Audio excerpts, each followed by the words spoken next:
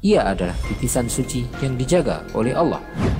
Tidak semua orang yang mengaku keturunan Rasulullah adalah benar-benar berasal dari nasab suci itu. Julukan itu bukanlah sembarang gelar, tapi lambang amanah dan kehormatan. Memiliki nasab suci bukan jaminan keselamatan. Ini adalah keistimewaan yang hanya diberikan kepada Muhammad SAW.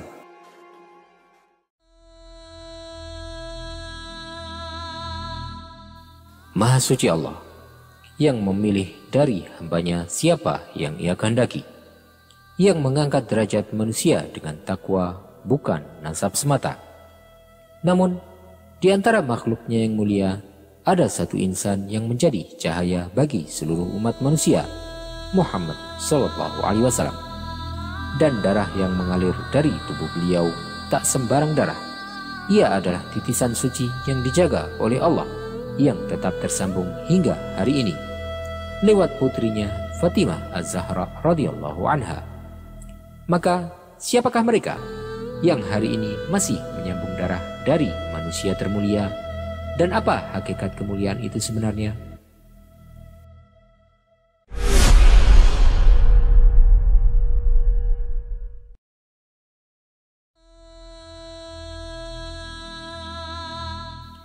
Tidak semua orang yang mengaku keturunan Rasulullah SAW adalah benar-benar berasal dari nasab suci itu. Sebagian mengaku demi harta, sebagian demi kehormatan di dunia, tapi hanya segelintir yang menjaga amanahnya. Rasulullah SAW memiliki anak-anak, namun seluruh putra beliau wafat semasa hidupnya. Yang tersisa adalah dua cucu kesayangan beliau, Al-Hasan dan Husain, putra dari Fatimah radhiyallahu anha dan menantu sekaligus sepupu beliau, Ali bin Abi Thalib radhiyallahu anhu. Maka dari keduanya teruslah mengalir nasab suci itu, nasab yang tak lagi dinisbatkan kepada ayah mereka, tetapi langsung kepada Rasulullah SAW. Sebuah kemuliaan yang tak dimiliki oleh nasab siapapun. Dan para ulama sepakat, ini adalah keistimewaan yang hanya diberikan kepada Muhammad SAW.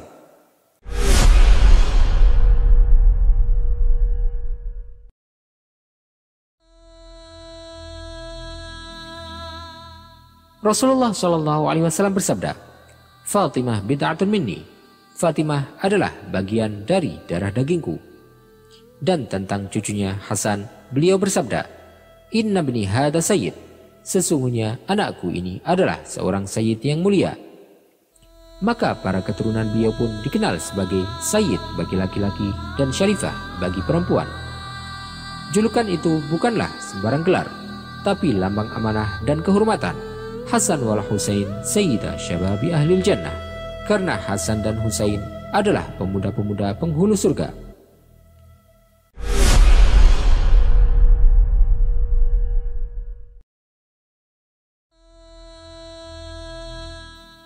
Dari keturunan Al-Husain, hanya satu yang selamat dari tragedi Karbala, Ali Zainal Abidin rahimahullah.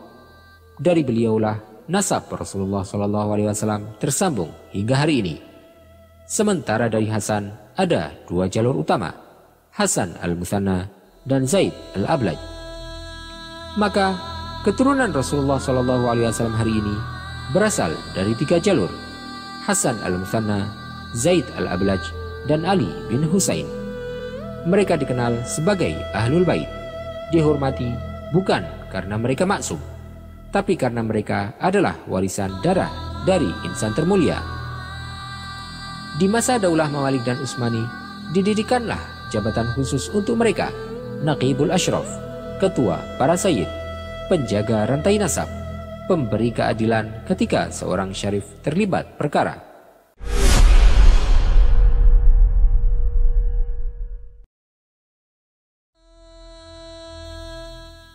Di era Utsmani, para sayyid dibebaskan dari pajak, tidak bisa diadili sembarangan, dan setiap kelahiran mereka dicatat rapi dalam daftar nasab. Kantor Naqibul Ashraf berada di pusat kekuasaan, mengawasi nasab demi menjaga garis kehormatan. Hingga kini, banyak keturunan Rasulullah SAW yang masih hidup di Turki, Yaman, Hijaz, Irak, Mesir, Maroko, bahkan sebagian tersebar hingga Nusantara. Namun, perlu diingat, memiliki nasab suci bukan jaminan keselamatan. Rasulullah SAW bersabda, "Wahai putri Muhammad, mintalah kepada Allah, karena aku tidak bisa menyelamatkanmu darinya."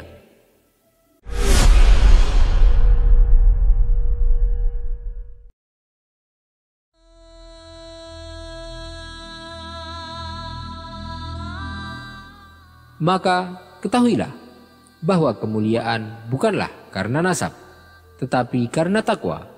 Banyak dari keturunan Rasulullah SAW yang soleh, tapi ada pula yang fasik, sebagaimana manusia lainnya. Maka tak layak bagi kita mengkultuskan mereka, tapi wajib bagi kita memuliakan mereka sebagai bentuk cinta kepada ayah mereka, Rasulullah SAW. Namun, cinta itu bukan buta. Mereka bukan para nabi, bukan pula para malaikat. Mereka bisa benar dan bisa keliru. Bahkan mereka tidak boleh menerima zakat, karena kehormatan mereka dijaga dari harta yang paling rendah.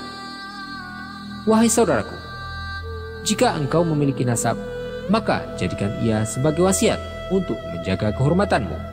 Dan jika engkau tidak memilikinya, maka ingatlah bahwa Allah tak menilai dari darah, tapi dari amal. Karena pada akhirnya setiap kita akan berdiri sendiri di hadapan Rabb yang Maha Adil, dan yang paling mulia di sisinya adalah inna akramakum indallahi atqakum. Sesungguhnya orang yang paling mulia di antara kalian di sisi Allah SWT adalah yang paling bertakwa dari kalian. Semoga kita termasuk di dalamnya.